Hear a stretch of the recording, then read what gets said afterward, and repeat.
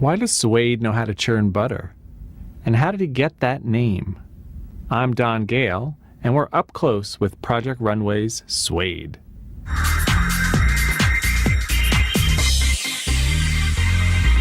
One of the first things I wanted to find out is I'm fascinated by you and want to know where you came from and how Suede came to be. Well, I'm originally from Seven Hills, Ohio. I went to Amish school as a child, and then I went to Kent State University. Okay, hold on. And you're like, whoa. Okay, Amish school. Tell me about Amish school. My parents really wanted us to be very well-rounded and to see the world from different eyes, and they sent my brother and I to Amish school. And it was a really cool experience. I learned a lot about animals and farming. We didn't have electricity. And it's actually a family who takes kids in to let them spend summers or, school years there with them. And it was really cool. I mean, you learn a whole nother world. So you lived like the Amish? You did all the chores and everything was manual? I learned to churn the milk until it turned into butter. Awesome. So yeah, no, it was cool. I loved it up until I had to see the goat get slaughtered, and then that made Suede sad. Yes. So that wasn't my favorite thing. So you weren't obviously born with the name Suede, or no. My real name is Stephen Whitney Baum, and the name Suede came during college at Kent State University. I was the only guy in a class of about 16 girls, and we were really, really stressed out over a project we were working on, tight deadline. Not as intense as Runway, though. And I gathered all the girls. I said, we have to rally around the swatch bin, and we all need to pick a swatch. And whatever swatch we pick, we're going to be that swatch for the day. So you have to create whoever you are. So I picked Suede, and I instantly became Suede. My online screen name became Hunky Suede. To this day, I still have college friends calling me Suede. I'm thinking about last night's episode. You fit, so I mean, you look great in your outfit, by the way, with the hair. Right? You totally worked it. I own the runway, so I have a modeling career ahead of me, I hear. But also, I have to say that the outfit that you designed, I particularly liked, and it was a little tough to see on the TV, but when they kind of zoomed in on especially on the pant, there was a lot of work, and I loved the zipper. Can you talk a little bit about, how that came together?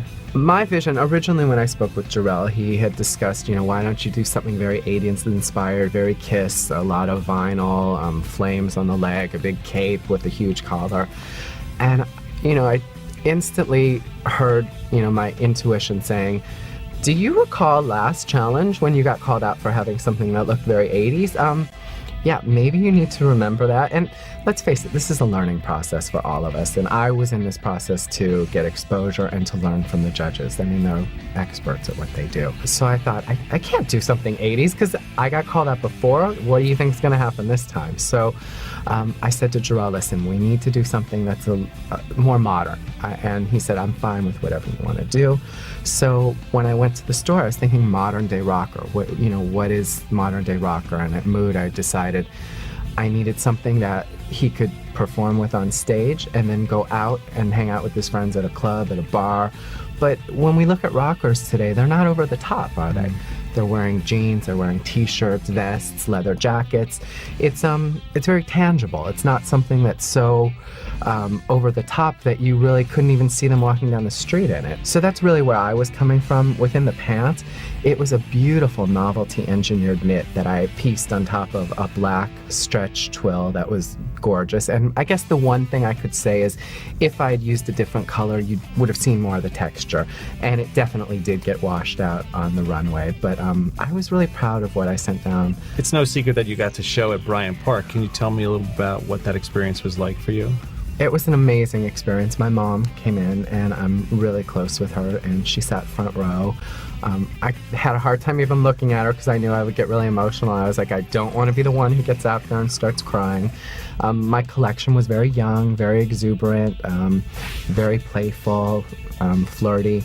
Lots of colors like are in my hair now. The people who have responded the best have really been kids who are, under 20, really get it. And I think they're the ones who get me the most, too. What's next for you coming down? It's a good question. I'm really looking into TV and film. I really, I wanted to go into acting as a child. And Mom and Dad were like, yeah, no, you're not moving to New York at 17.